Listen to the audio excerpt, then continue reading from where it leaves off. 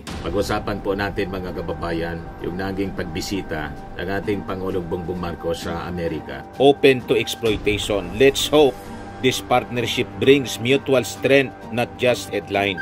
Sabi naman ang reaksyon ng isa, 49%. Yun ang pinakamataas. Cambodia, 49%. Laos, 48%. Kita ninyo. Before pa na naging presidente, negosyante siya. Ginawa niya, sinampal niya ng iba-ibang rates ng tariff yung iba-ibang mga bansa para mag-negotiate sa kanya. We're talking about trade. We're going to be talking about war and peace. They're a very important nation militarily, and we've had some great drills lately. We're back with them. I think I can say that the last administration was not getting along with them too well. Ayan, they didn't get along with anybody. They didn't know. Honestly, they didn't know what they were doing. Nagpapagang mga balita at pagtalakay sa mga isyu na lipungan. Bulsa! Opinyon, banat at paglalantad sa katotohanan. Bulsa! What you see is what you get. You decide. Ila po mga kababayan, si Dante Maravillas. Bicolano vlogger, broadcast journalist from Albay. Pag-usapan po natin mga kababayan yung naging pagbisita ng ating Pangulong Bongbong Marcos sa Amerika sa imbitasyon po ni US President Donald Trump. As usual, pinagtawanan yung ating Pangulong Bongbong Marcos ng mga DDS, ng mga critics sa trade negotiation mga kababayan, lalo na yung sa tariff. Yan po ang mga balita ngayon kasi. Sabi dito sa Inquirer, US cuts tariff on Philippine goods to 19%, still higher than the initial 17% rate after negotiations between President Ferdinand Marcos Jr. and US President Donald Trump at the White House. However, Trump said on Truth Social that the Philippines is going to open market with the US and zero tariffs. Ito ang mga reactions ng mga critics, mga kababayan, mga netizens. Zero tariffs for the US, 19%. For the Philippines sounds less like a deal and more like a diplomatic handshake where one hand got the gold watch and the other got the bill. Respect to both leaders, but let's not pretend this is not lopsided. History has shown us that when smaller nations go all in on open markets without balance, they often end up open to exploitation. Let's hope this partnership brings mutual strength, not just headlines. Sabi naman ang reaksyon ng isa, tumatawa siya, tough negotiator daw, tapos 0% tariff on exports ng US to RP. So yun mga kababayan, ang mga reactions ng mga critics, minamalit nila yung naging pakikipagnegosasyon ng ating Pangulong Bongbong Marcos kay US President Donald Trump. Kasi hindi niya pantay, hindi patas. Yung mga bansa po dito sa buong mundo, hindi man talaga pantay-pantay ang pagtingin. Hindi man natin kapantay yung Amerika kahit sa height. Kahit gusto nating pantayan yung Amerika kahit po sa height. Maliit tayo na mga Filipino. Malalaki ang mga Amerikano. Maski sa Chinese o sa mga Europeans, hindi man talaga po pantay-pantay. Yan ang natura ng mga tao sa mundo at ng mga bagay. Iba-ibang sizes, iba-ibang strength. Iba-iba ang dami ng yaman. So iba-iba ang pagtrato. Dapat yan po ma-realize natin. Walang pantay po sa mundo kahit yung mga bundok, iba-iba yung height. Kaya po kahit sa taripa, mga kababayan, iba-iba ang trato ng Amerika. Iba-iba ang rates. Pasalamat na lang tayo na mula sa 20%, na dati 17% yung tariff natin. Ginawang 20% ni Trump para mag-negotiate tayo. Inimbita yung ating Pangulo. So nag-negotiate tayo, nagawa na ma-reduce ng ating Pangulo to 19%. Ayaw ninyo. Kung ayaw ninyo, hindi man tayo niyan pipilitin ni Trump kung ayaw natin kasi mayaman sila. Ang mayaman po, hindi namimilit sa pakikipagtransaksyon sa isang mahirap na bansa na tulad natin. Ang gawin natin dito, dapat magpaunlad tayo para sa bagong Pilipinas. Para baka someday, matapatan natin yung yaman ng Amerika. Di ba po, mga kababayan? Huwag sumama ang loob. Kasi dito sa mundo, kahit sa langit nga po, hindi pantay, kala ninyo, ang Diyos, pantay-pantay ang pagtrato sa atin na mga tao. Hindi po. Iba ang trato niya doon sa mga anak niya at saka mga anak ng Diablo. Aralin ninyo po ang Bible. Hindi pantay-pantay yung pagtrato sa atin ng Diyos. Kahit nga yung mga ligtas na, yung mga pastor, halimbawa na naglingkod ng maayos sa kanya. Ang daming mga na-convert para sa karya ng Diyos. Ang dami niyang crowns doon sa langit. Pero yung mga basta't naligtas at hindi man, mga tamad man lang po, tamad mag-share ng Word of God, walang crown po na kasindami ng mga pastor na talagang nagpagal. Ganun po. At yung mga unsaved sa impyerno, hindi man sa langit, nakita ninyo? So kahit dito sa mundo ganun, iba-iba ang pagtrato, depende sa relasyon. Pasalamat na lang tayo, 19% yung nakuha ng ating Pangulo. Sa ibang bansa nga po, mas mataas dyan. Gusto ninyo makita? Ayan US tariffs on the world. Cambodia, 49%. Yun ang pinakamataas Cambodia, 49%. Laos, 48%. Kita ninyo? Laos, 48%. Madagascar, 47%. Vietnam, 46%. Myanmar or Burma, 44%. Doblado sa atin, more than double. Sri Lanka, 44%, Botswana 37%, Serbia 37%, Bangladesh 37%, Thailand 36%, China 34%, Indonesia 32%, Taiwan kalyado din ito, Taiwan 32%, Switzerland 31%, European country to. South Africa 30%, Pakistan 29%, Tunisia 28%, Kazakhstan 27%, India 26%, South Korea 25%, Malaysia 24%, Japan 24%. Yung Japan po na negotiate niya ngayon 17%. Ipakita ko sa iyo yung Japan. July 23, ngayon lang po. Trump says trade deal with Japan lowest threatened tariff to 15%. So nagawa ng ma-negotiate, nag-negotiate din yung Japan. So ang ginawa ni Trump, magaling na negosyante si Trump. Before pa na naging presidente, negosyante siya. Ginawa niya, sinampal niya ng iba-ibang rates ng tariff, yung iba-ibang mga bansa, para mag-negotiate sa kanya. Yun din ang ginawa sa atin, mga kababayan. Mula sa 17%, ginawa niyang 20% para tumakbo tayo sa kanya. So, ang ginawa, mga kababayan, inimbita yung ating Pangulo. Pag-usapan niya natin, punta ka dito sa White House. Pumunta yung ating Pangulong Bongbong Marcos. Nakipag-negotiate. During the negotiation, mga kababayan, nagawa ng ating Pangulong ibaba from 20% na inimpose ni Trump to 19%.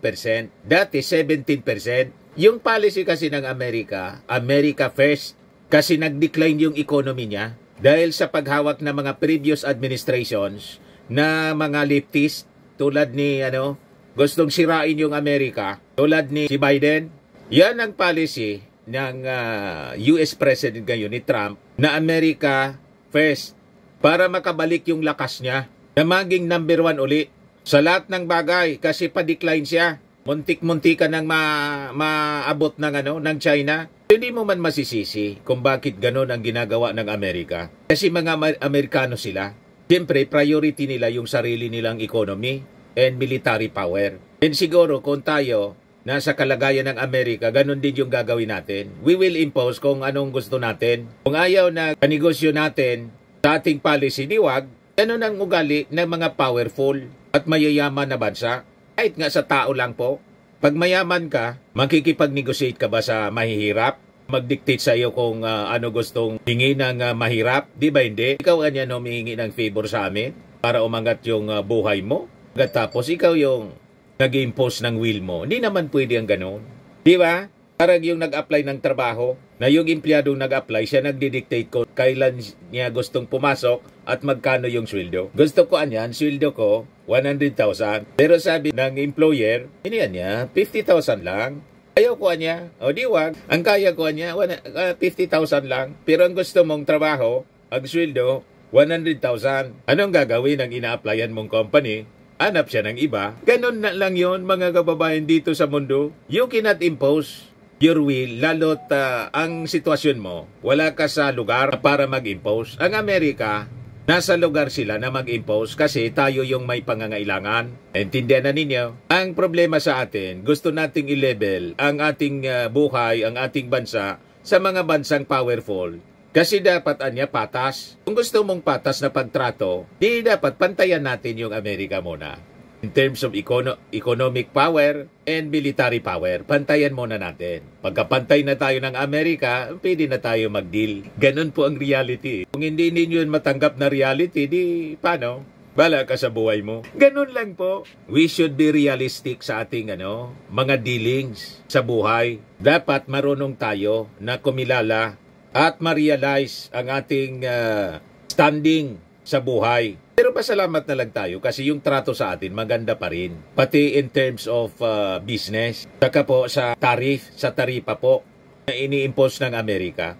Mas mataas pa yung ibang bansa. Yan napakalinaw po. Japan, 24% naging 15% kasi nag-negotiate yung Japan. Itong bansa Jordan, ito hindi naman kilala, wag na. 20%. European Union, 20% din. Nicaragua, 18%. Philippines, 17%. Tapos, siningil tayo, inimpose yung 20%, naging 19% na ito ngayon. Ito yung dati 17%. Israel, 17%. Norway, 15%. Morocco, 10% ito lahat. Trinidad and Tobago, El Salvador, Saudi Arabia, Egypt, Honduras, Guatemala, Ecuador, Argentina, New Zealand, United Arab Emirates, Dominican Republic, Costa Rica, Peru, Colombia, Turkey, Australia, 10%, Chile, Singapore, Brazil, United Kingdom. Lahat sila 10% yung tariff ng Amerika. So ang masusunod siyempre, yung Amerika, tayo ang pwede nating gawin, makiusap, mag-negotiate, at nagtagumpay naman tayo. Imbes na 20% ang i-impose sa atin, na-reduce din siya ng 1%. 19% ngayon ang tariff ng Amerika sa atin. Ang exports natin na produkto sa Amerika. Yung China nga, powerful country, 34% yung tariff nila. So mas mababa pa rin sa atin, 19%. Panalo pa rin tayo po. Mas panalo tayo kaysa sa China. 34% sa China, 19% sa atin. Masama pa yung loob ninyo. Di ba po, mga kababayan? Tapos sabihin ninyo, mahina yung ating Pangulo sa negosasyon. Hindi tama yung sinabi ni Trump, pambubula lang na tough negotiator si President Bongbong Marcos. Pero hindi totoo kasi 19% yung taripa. Mas mahina yung China kasi 34% sa kanila. Mas malakas tayo sa Amerika kaysa sa China. Nagets na ninyo, mga bleeding hearts sa palagi na masyadong demanding. You cannot just demand. Tama yung sagot ng ating Pangulong Bongbong Marcos ang in-interview at pinagtatawanan ngayon. Sabi ng ating Pangulo, yung 19% na niya, yun ang in-impose nila. At least na-negotiate natin from 20% to 19%. Kahit gusto ng ating Pangulo na gawing 17% yung dati. Ang masusunod po, yung Amerika, hindi tayo. Pasalamat na lang tayo, pinagbigyan tayo na i-reduce kahit 1%. Ganon dapat ang ugali. Yan yung ating Pangulo po, mga kababayan. Panoorin natin yung ating Pangulo. It's a great honor to have President and President Trump Jr. of the Philippines, a great family legacy, and highly respected in this country. I know that because I have many friends in the Philippines, and there's great respect, or I couldn't say it, so congratulations. Mainggit naman kayo doon sa sinabi ng Presidente ng Amerika na sabi ng mga DDS, mas close kay Digong, BFF daw ni Digong. Pero binanatan dito sa press con, mga kababayan, sa pag-uusap pala, binanatan ni Trump si Digong. Hindi man siya pinangalanan, pero malinaw ng patama kay Digong. Hindi niya alam kung ano ang ginagawa niya. Sabi ni Trump, hindi daw alam nung previous administration ng Pilipinas kung ano ang ginagawa niya. At sabi ni Trump, I have my great respect sa pamilya Marcos. Iwan ko kung kasama si Amy. Kasi si Amy dumikit na doon sa mga Duterte. Nasabi ni Trump, hindi niya alam kung ano ang pinagagawa. Balikan natin si Trump, mga kababayan. We're talking about trade. We're going to be talking about war and peace. They're a very important nation militarily. And we've had some great drills lately. We're back with them. I think I can say that the last administration was not getting along with them too well. They didn't get along with anybody. They didn't know. Honestly, they didn't know what they were doing. Honestly, Anya, they don't know what they're doing. Referring to Digong. Hindi niya marunong to get along with others. Sabi ni Trump. And we've had some great drills lately. We're back with them. I think I can say that the last administration was not getting along with them too well. They didn't get along with anybody. They didn't know. Honestly, they didn't know what they were doing. Malinaw. Hindi niya alam kung ano ginagawa niya. Referring to Digong, the previous administration na niya. Kaya sabi natin, akala ko ba best friend ni Trump si Digong? Kasi nung manalo po Si Trump, mga kababayan, nung eleksyon, nung January, nagpa-party-party yung mga DDS, nag-post ng mga pictures kasama mga kababayan si Digong. With Trump, piniki pati mga picture po. O ngayon, alam na ninyo kung ano ang tingin ni Trump kay Digong. Hindi niya alam niya kung ano ang ginagawa niya. Tuloy natin, mga kababayan, ang respeto mataas sa Marcos family. But we have some fantastic military relationships with the Philippines, and that's been reinstituted. And Pete, I would say that you couldn't be happier, right, with the relationship. Great partners. So I just want to say it's an honor to have you. We're going to talk about trade today. And It is an honor to have you. So Trump has great respect to PBBM. Yan ang ibig sabihin ng it's been an honor to have you. Inimbita mismo at pinatira sa Blair House, guest house ng mga presidente, kung saan doon din tumuloy yung dating Pangulong Marcos Sr. nung inimbita ng Amerika, panahon ni Ronald Reagan. You see? we're very close to finishing a trade deal, big trade deal actually. And we do a lot of business with you. It's a lot of income coming in for both groups. But I was surprised to see the kind of numbers. They're very big, and they're going to get bigger under what we're doing and what we're proposing. So we will have great business with you. So dadaloy po ang napakaraming mga investments galing sa Amerika dito sa ating bansa. At sana mga kababayan, kasama dyan yung oil exploration sa West Philippine Sea para magposisyon yung Amerika ng military force. Kasi siyempre may interest na sila yung investment ng Amerika para sa oil exploration. Imbes na China po. Kasi ang China po, ang intention, kamkamin ang buong South China Sea na parte yung West Philippine Sea. At dapat dumami yung investment sa atin dito ng Amerika kaysa mga Chinese. Kasi yung mga Chinese po, puro mga illegal, mga sindikato ang pumasok dito sa atin. Tapos yung droga, mga sugal ang dala nila dito, mga kababayan. Yung bawal sa kanila, dito nila inilagay. Tulad ng Pogo, butit ibinawal ng ating Pangulong Bongbong Marcos. Ginawang playground ng mga Chinese na criminals yung ating bansa. Butit yung latest na huli po. Yung pumatay sa kapwa na Chinese sa Makati, remember? Yung present the other day, nakalimutan ko lang yung pangalan, present ni General Torre. Pero dito sa atin, wala man pong mga criminal syndicates na mga organized crime na mga Amerikano. Walang ganon. Nandito yung mga Amerikano para makipagbalikatan, military training dito po sa atin. You see?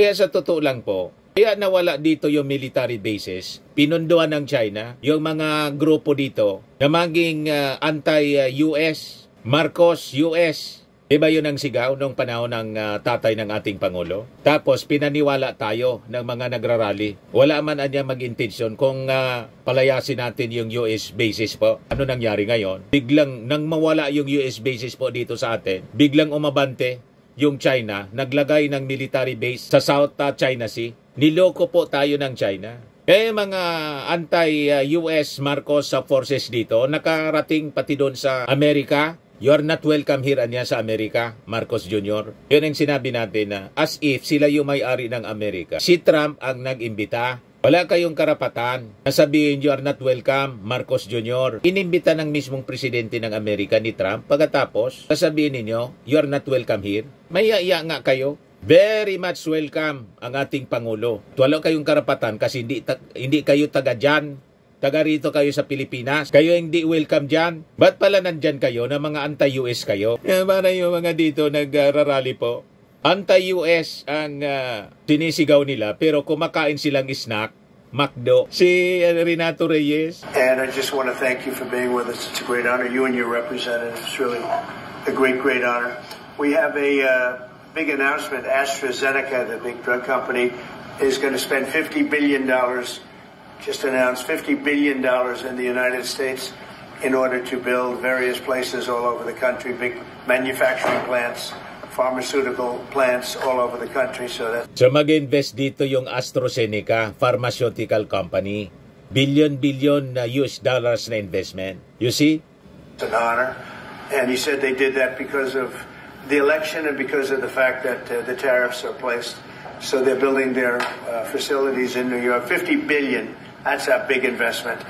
and it's going to be a very good investment. I have no doubt about it. So thank you to AstraZeneca. And with that, I'd like to have you say a few words, please. Thank you very much, Mr. President. Of course, we're all very happy to be here to once again reaffirm the very strong ties between the Philippines and the United States. Walang script yan mga kababayan magsalita. Extemporaneous po. Ganon katalino yung ating Pangulong Bongbong Marcos. Ewan ko kung si Sara Duterte, halimbawa, iparayo ni Diyos, sabi dito sa amin. Ipalayo ng ating Panginoon, maging Pangulo, kung kaya ni Sara yung ganyan. Malamang kaya mga kababayan ng Pilipinas. Ang kausap niya yan sigurado, si Xi Jinping palagi. At hindi niya gagamitin yung English sa pakikipag-usap, kundi Chinese po. Go back over 100 years. And considering the context in which we live these days, especially in my part of the world, this has evolved into as important a relationship as is possible to have. We must remember that the United States is our only treaty partner in the Philippines, and that has stood us in good stead over the years, certainly through the Second World War, and the cultural memory of all Filipinos, down to even the school children, is that our strongest, closest, most reliable ally has always been the United States. That is something that we value, that we are grateful for, and that we will continue to foster as we go on. Yan ang ating Pangulo. Talagang isa siyang statesman. Mapagpakumbaba, marespeto. Kaya mataas din yung respeto ng Presidente ng Amerika. Respect begets respect kasi po. Hindi tulad ng pumunta dyan si Zelensky po. Pinalayas ni Trump. Mayabang si Zelensky yung Presidente ng Ukraine. Dayo ka, pumunta ka dyan sa bahay ng Presidente ng Amerika. Pagkatapos, napakayabang mo. Isumuot mga kababayan ng maayos na damit. Nakasuot ang t-shirt latang yung panggira. Walang respeto. Sabi ni Trump, bakit niya ganyan ang suot mo? Punta ka dito sa White House. Ayun, mga kababayan, napakaraskal. Napakasama ng bibig. Pinalaya si Trump. Hindi na pinakain po ng panangalian po. Malalas kayo dito. Afterwards, ayun, sumurinder din si Zelensky. Nagipag-usap. Powerful yung Amerika. Babastusin mong ganon. Tapos, hihingi ka ng tulong sa kanya. Kung may pangangailangan ka, dapat marunong kang makipag-usap ng may respeto. Hindi yung ikaw, kailangan mo ng tulong namin. Pagkatapos, napaka-argwanti mo. Ayun, mga kababayan, sarap ng media. Yinamyaman ni US President Trump si Zelensky po. Sinirmonan po, pinagsalitaan ng mga mabibigat na salita. Pero yung ating Pangulo po, napakaganda yung pagtrato. Kasi marunong po makikipagkapwa, rumispeto yung ating Pangulo. Kaya sabi ni Trump, I have a great respect to your family. Barkada kasi ni Trump, si Mrs. Imelda Romualdez Marcos. Di ba? Napakaganda yung pag-uusap ng dalawa po. With the leadership of President Trump, I am very confident that we will be able to achieve that. I think it is worthwhile to remember that it was President Trump who, in his first term, characterized the relationship between the Philippines and the United States as ironclad. And that has been necessarily the case since that time that you made that statement, sir.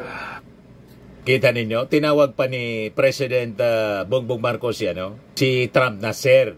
Ang ibig sabihin ng sir, respect for a man. Di ba ganon? Pag tinawag mong sir, kaya yung mga maestro, yung mga teachers natin, tinatawag nating sir. Kasi ang ibig sabihin ng sir, pag gumamit ka ng term na sir, ang meaning niyan, you address a person with high respect, polite. Yan use as a polite or respectful way of addressing a man, especially one in position of authority. Naturuan kasi po ng tama ng kanyang tatay, ang presidente rin, yung ating Pangulong Bongbong Marcos. Kaya, refined siya, gumalaw, pati magsalita po, refined. Hindi rascal, hindi masama ang bibig. Pati yung Santo Papa pinagmumura, si Clinton o si Barack Obama. Ano gumandang relasyon mo sa mga bansa sa mundo, mga leaders ng mundo, pag ganyan ang ugali mo? Pang kanto boy. Si Sara, sabi ni Sara doon sa dahil sa pagbaha, yung tubig ba daw i-deliver sa Palasyo Malacanang. Tapos, Ipainom kay PBBM at mga kasama. Nagbanta na patayin yung ating Pangulo. Patayin na niya ninyo si PBBM, si Lisa, si Martin. Ngayon, i-deliver daw yung tubig baha sa Malacanang, ipainom. Tubig baha, ipunin, i-deliver sa Malacanang. Ipunin po nating lahat, tubig baha. Tapos, i-deliver natin sa Malacanang para may mainom siya. Para meron silang mainom doon. Ganon po ang gagawin natin. Post yan ni Ramon Tulfo. Kaya sabi ni Ramon Tulfo, habang marami sa ating mga kababayan ay nagdurusa sa malawakang pagbaha, si Sara, luka-luka ay nagsasaya. Baliw. Ang mga tao na humahanga sa babaeng ito ay baliw din. Sabi yan ni Ramon Tulfo. You see, walang respeto po. Yung bibig, parang imburnal, mga kababayan, yung bibig. Napakasama magsalita. Tapos nag-ambisyon maging Pangulo. Ano na lang ang mangyari sa atin yan? Babalik tayo sa nakarang administrasyon. Walang respeto ang mga leaders ng mundo. You see? Pero tingnan ninyo ang ating Pangulong Bongbong Marcos. Napakataas ng respeto na binigay ni Trump. Kasi marunong siyang magrespeto din. Respect begets respect. Yan Napakaganda yung pag-uusap ng dalawa. And it is something that the Philippines will always hold close to its heart. Thank you once again, and we are honored, and it is our great pleasure to be here and to visit with the President of the United States. Thank you, sir. It's my great honor. Any questions for this? Mr. President, Yeah, please, go ahead. Mr. President, do you press con think that pala to. General Powell should resign? May press ko ng dalawa. But he's going to be out pretty soon anyway. In eight months he'll be out. But I call him too late. He's too late all the time. He should have lowered interest rates many times. Europe lowered their rate 10 times. We lowered ours none. And it's causing a problem for people that want to buy a home. Look, our economy is so strong now, we're blowing through everything. We're setting records. You know that. You see that. And whether it's the Philippines or anyone else, we're setting records at levels that nobody's ever seen before. But you know what? People aren't able to buy a house because this guy is a numbskull. He keeps the rates too high and probably doing it for political reasons. The only time I remember him cutting rates, he cut the rates just before the election to try and help Kamala or whoever he was trying to help. He probably didn't know. And he's building a building. He's $2.7 billion. They have a $900 million overrun. What is that? And that was given by Biden. That was another Biden deal. And this guy's building this building that's overrun. And what does he need the building for? Why does he need? He needs space for more people.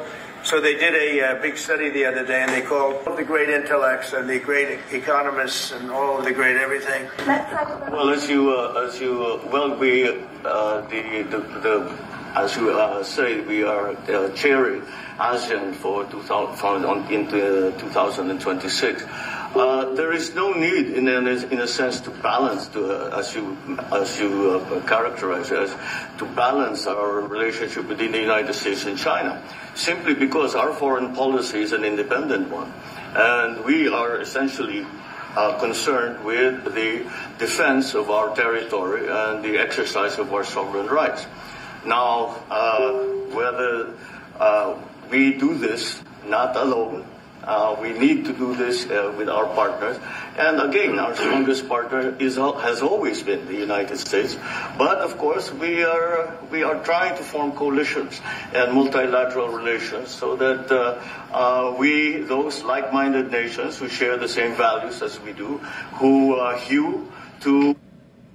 So malinaw po, kaya yung policy ng ating Pangulong Bongbong Marcos, hindi totoo po na tayo ay tuta ng Amerika tulad ng sinasabi ng mga anti-Marcos, anti-US. Hindi tayo tuta, independent po tayo. Kailangan natin ang ugnayan. No man is an island, pakikipagkapwa sa mga bansa na pareho natin yung values. Hindi tulad ng China, hindi po tayo parehas ng values. Ang China po, communist China. So, ang gusto nila, maging tulad tayo ng communist China. Hindi po maaari. Ang China po, godless country, atheist country. Kaya tingnan ninyo, nakikipag-alyado sa China po. Yung mga parehas din nila ang values. Tulad ng North Korea, Iran, Russia, Syria. Yung pare-parehas sila, mga kababayan. Hindi man pwede tayong ganon. Kaya ang kalyado natin, yung parihas natin ang values, America, and other countries, Christian country or countries. Ganun po. And America is our strongest ally. Matagal na po na panahon. Alangan man sirain natin yung maganda na yung relasyon natin sa superpower, sirain pa natin. Yan ang gusto po ng mga anti-US kasi ginagatungan sila ang nagpupondo sa kanila, China. Sinisiraan yung relasyon natin with America. Yan ang katotohanan yan. Ang ginawa po, nang siraan tayo ng siraan yung relasyon sa Amerika, napalayas po kasi na-infiltrate pati yung gobyerno. Ano ni Cory Aquino? Pinalayas yung US bases. Ano nangyari po? Pumasok ngayon yung China. Kaya bumabalik yung Amerika sa atin. At ipagpasalamat natin na bumabalik yung Amerika sa atin para may katuwang tayo, may kasangga. Nakatratado natin matagal na. Huwag pa uuto po. Ang intensyon ng China po, expansion nila. Kasi ang dami nila, 1.3 billion ang mga Chinese. Yung iba nga, nandyan na sa Quiapo, saka sa Chinatown, sa Manila. Yung isang Chinese mayor, mabuti na lang na-discover natin, natanggal si Alice Goo. Yun ang intensyon nila, mga kababayan. Para maging minimal yung resistance natin sa kanilang pananakop. Huwag tayong pauuto sa kanila po. Into international law, most specifically the UNCLOS, present that position very clearly to anyone who has intentions of unilaterally changing the world order, and that is how we are guided in that. And I don't mind if he gets along with China, because we're getting along with China very well. We have a very good relationship. In fact, the magnets, which is a little complex piece of material, but the magnets are coming out, very well. They're sending them in record numbers. We're getting along with China very well, and I don't mind if the president dealt with China. If that's meant, because I think he has to do what's right for his country. I've always said, make the Philippines great again. Do whatever you need to do, but kita ninyo, walang problema kay Trump. Walang problema sa Amerika. Makipag-deal tayo sa China. Hindi man siya siloso po. Kasi gusto niya maging tulad ng Amerika. We want your country great again. You see? Kami nakikipagrelasyon din kami sa China. And we have good relations with China. Okay lang sa amin. Huwag lang yung manakop. Yan ang ibig sabihin nun. To change the old world order unilaterally on their own. Yan ang punto, mga kababayan ni President Bongbong Marcos. You're dealing with China wouldn't bother me at all. It is something that we have to do in any case. Yeah. Certainly. Mr. President, do you support the Justice Department seeking a new interview with Ghislaine Maxwell, and did you urge the Attorney General to seek one? I don't know anything about it. They're going to what? Meet her? Your Deputy Attorney General is... And how crucial is the ammunition hub that the U.S. plans to build in Subic and the Luzon corridor, considering that these will be built in areas that hosts strategic ports as well as military air bases? You said ammunition? Yes, the U.S. House Congressional Committee on Appropriations approved a budget. What's very important. Otherwise, we wouldn't have approved it. Sorry? Yeah, it's very important. Otherwise, we wouldn't. We need ammunition. We're going to end up in a few months, we'll have more ammunition than any country has ever had. We're going to have more missiles than any country has ever had. We're going to have all the speedy missiles. We'll have the speedy ones, the slow ones, the accurate ones, the ones that are slightly less accurate. We have everything. But we will have more ammunition than any country has ever had. It's very important to me. And how... Ang mini-mini Trump, mga kababayan, yung plano na maglagay ng pabrika ng ammunition po, pagawaan ng ammunition, mga armas sa Subic. Yun ang mini-mini niya. So ang sabi ni Trump, we need ammunitions. End up in a few months, we'll have more ammunition than any country has ever had. We will have ammunitions more than any other country. Sa pamamagitan po ng paglagay ng pabrika o pagawaan ng ammunition sa Subic. So galit na naman ito, sigurado, yung mga anti-US. Kasi sasabihin nila magiging magnet ng gira. Anong gustong mangyari ninyo? Girahin tayo na walang laban. Kasi wala tayong bala. Buti nga't may bala tayo na gagawin dito mismo sa Pilipinas with American support. So yung China or any other country, magdadalawang isip kasi tayo puno ng ammunition. Subukan nila na pumasok, bastante yung ating ammunition. Mga missiles, etc. etc. Yan ang mangyayari mga kababayan in the future. Will become a military power. Kaya sinisiraan tayo ng sinisiraan mga kababayan ng China. Yung relasyon natin with America because of that. Ang gusto ng China, mahina lang tayo para lagi nila tayong binubuli lang. Huwag kayong pauto po sa China. More missiles than any country has ever had. We're going to have all the speedy missiles. We'll have the speedy ones, the slow ones, the accurate ones, the ones that are slightly less accurate. We have everything. But we will have more ammunition than any country has ever had. It's very important to me. And how Go ahead, please, Red. Sir, when you say that you're close to making a trade deal, what gaps remain? And for President Marcos, sir, I was just wondering, do you not think that perhaps the Philippines hosting U.S. missile systems could be considered escalatory by China, especially because they can strike even to mainland China? Thank you. Well, it's an honor to be with this gentleman. You know, I've known him, and I've known his family, actually, but I've known him. And I assume you're from the Philippines? Are you from the Philippines? Yes, sir. That's good. You're very lucky to be from the Philippines. It's a great place. But Kita ninyo, Pilipina pala yon na nagatanong. You're very lucky, niya sabi ni President Trump, na you are from the Philippines. Di ba? Napaka-importante yung Pilipinas sa Amerika. But we're going to have a very good relationship. I mean, I know you had some problems with another president. And it was not your fault, it was the president's fault, and the country was maybe tilting toward China, but we untilted Referring it to very, very Digong. quickly. May problema niya noon kasi yung Pilipinas, yung kiling papuntang China. Pero niya na bago uli, nabalik. Yan ang sinasabi ni Trump. You know, you had a country that was tilting toward China for a period of time, and I just don't think that would have been good for you. You can deal with China, you should deal with China, but when I got elected, everything changed, and they came right back to us. President Trump, with regards to the extended Say it again. Yeah, Brian, go ahead. Oh, Mr. President, I just wanted to piggyback off the Sorry, I have a question to President Marcos. Yes. I'm sorry, what was the question again? It was about whether having U.S. missiles hosted in the Philippines could be considered escalatory by China. All of what we consider part of the modernization of the Philippine military is really as a response to the circumstances that surround the situation around the South China Sea and now what we used to refer to as Asia Pacific, which we have expanded now to the Indo-Pacific. And if we would certainly, like in any kind of military spending, we would wish that that wasn't necessary, but it is. And so that is what we are doing. And as an adjunct to the question about the ammunition production, this is actually the United States is assisting the Philippines in what we call our self-reliance defense program, which is to allow us to be self-reliant and to be able to stand our own 2 feet, whatever the circumstances that occur in the future. And that the reason that we have encouraged more interaction with the United States is because it is necessary. And it is not just with the United States. It is with all our neighboring countries and even countries as far afield as the Scandinavian countries, the EU.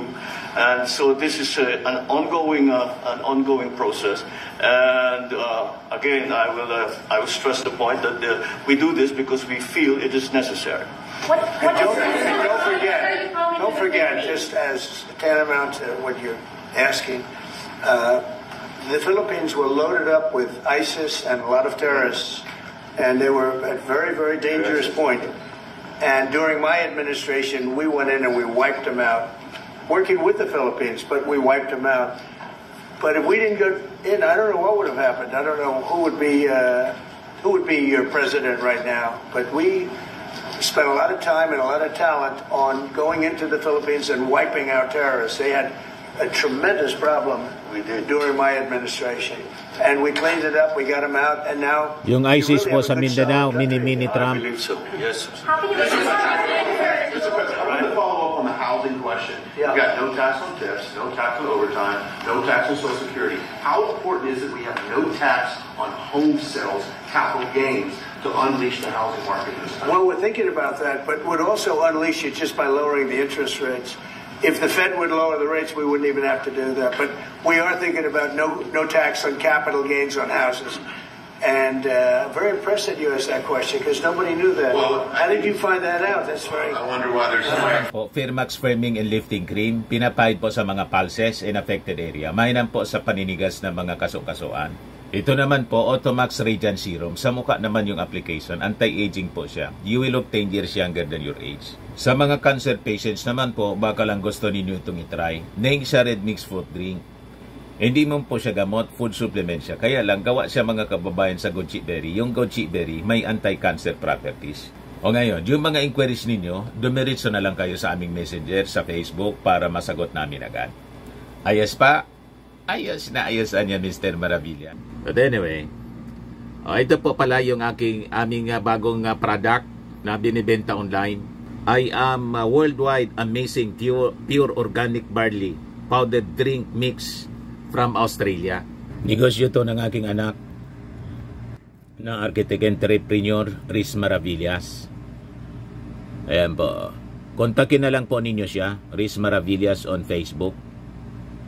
Ang mga health benefits niya, boost immunity, improves digestion, enhance energy levels, packed with antioxidants, prevent cancer. Sa mga naghanap po ng malinis and spacious fitness gym, pumunta lang po kayo sa aming Colossal Fitness Gym. May Grab car rental din po kami. Ito naman po yung bago naming product na binibenta online. Eye Glow Serum, whitening po siya. Tingnan ninyo yung epekto sa aking anak na architect before and now. Yung mga inquiries po ninyo, dumiretso na lang kayo sa kanyang Facebook account, Riz Maravillas.